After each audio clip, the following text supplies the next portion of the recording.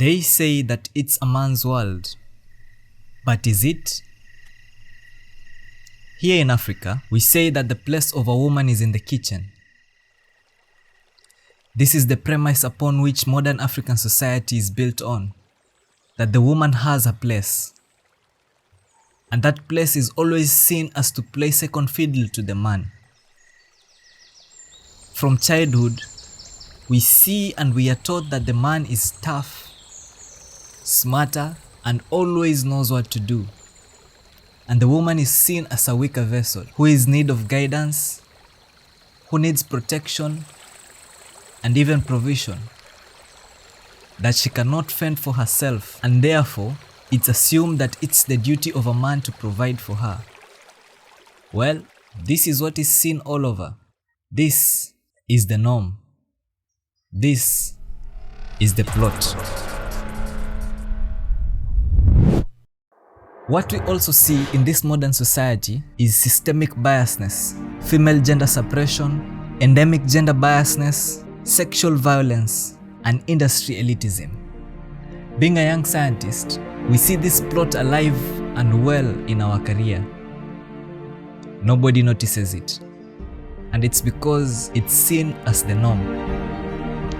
I mean, just look at the statistics. Look at the gender gap in the past scientific Nobel Prizes. It tells it all. From 1901 to date, the men have dominated these prizes with a huge gap. So we ask ourselves one question. Is it really that we don't have scientists who are women?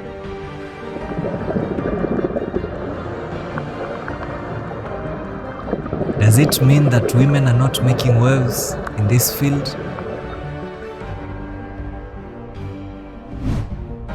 Well,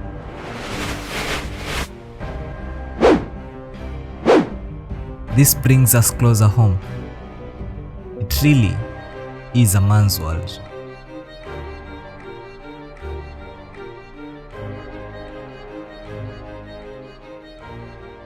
This is why we decided to interview some of the exceptional women in the sciences, those whom their stories are not told, the stories that are hidden behind the shadow of men, women who are now throwing the spanner into the works and they are twisting the plot, women who are pushing or rather swimming against the tide, women who are blazing the trail in the sciences, both in the world and in Kenya. These are women who are at the top of their game. Well, at least this is from my point of view.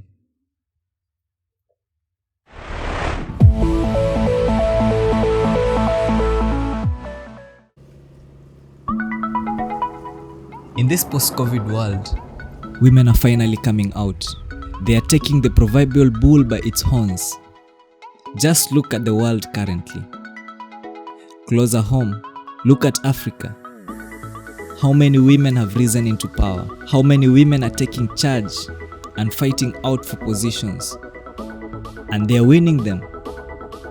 They are doing it even better than men. They are turning the tide and pushing a new narrative for women in Africa, which is that women are, well, equal to men.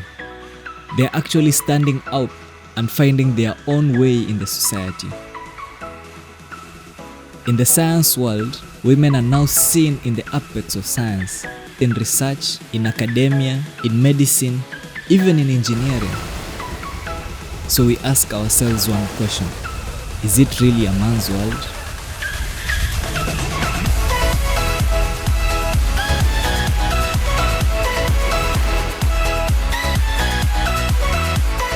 Join me, Nimrod Ishmael, as I explore the stories of these exceptional women, as we identify what is it that makes them different, what is it that pushes them, what is it that keeps them up in the night, what is it that grounds them to become exceptional as they are.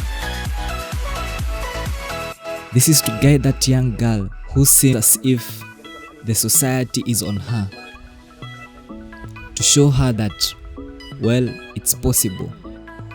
There are those that have gone ahead of her and done it successfully. Join us in the plot twist.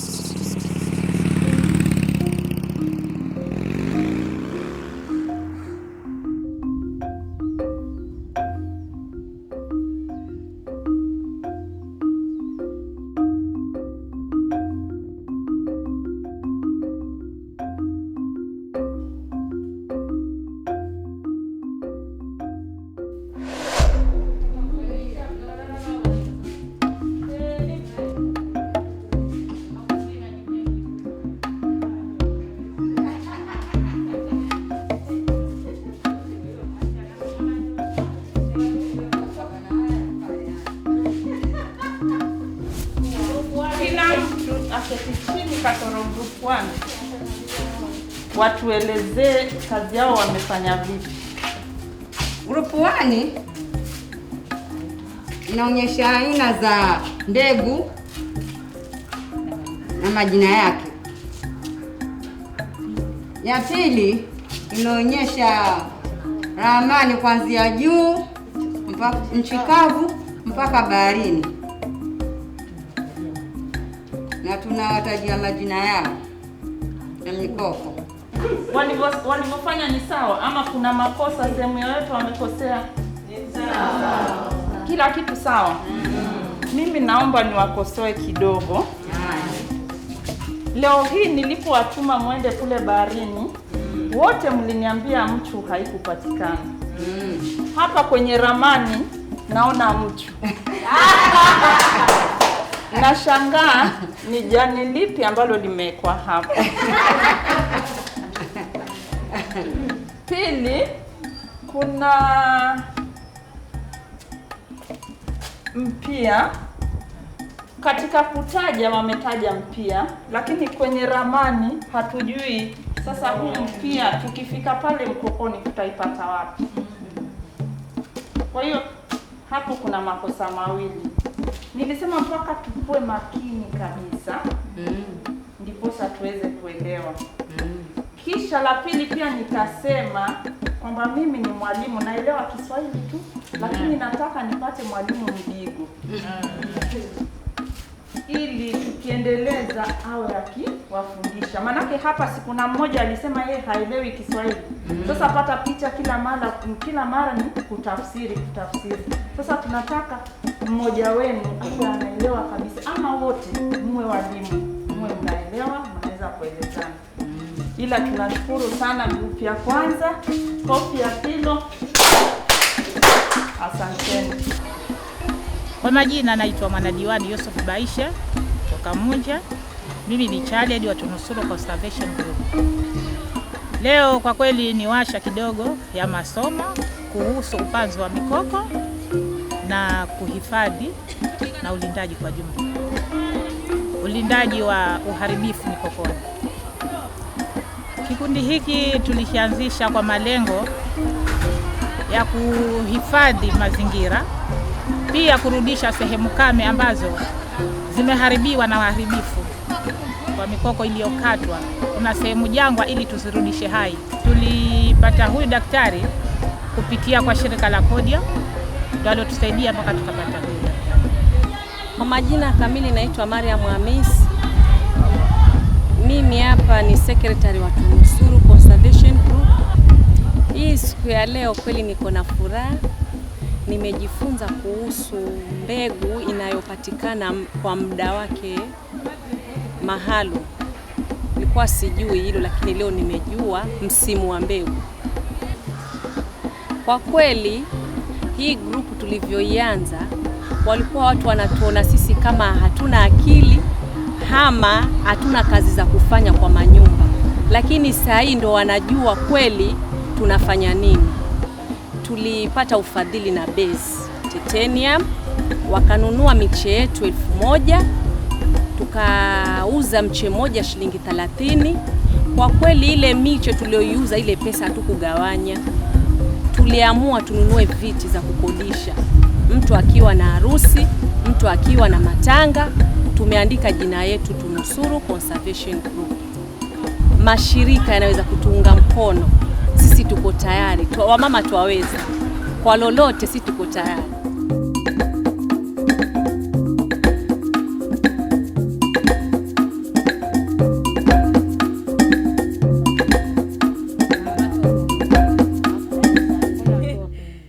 Unaogopa matope wenzako? Tulieka hii miche yetu mwaka jana mwezi wa 4. Tulieka hii nasari ya tunaita mkokochuma. Kufikia saa hii miche yetu ina majani 1 2 3 4, ina majani 8 kutokea mwezi wa 4 mpaka huu mwezi wa saa hii huu ni mwezi wa 10. Kwa hiyo hii nasari yetu saa hii iko tayari kwa kupandwa. Kikundi chetu cha Tunusuru saa hii kina miche 100,000.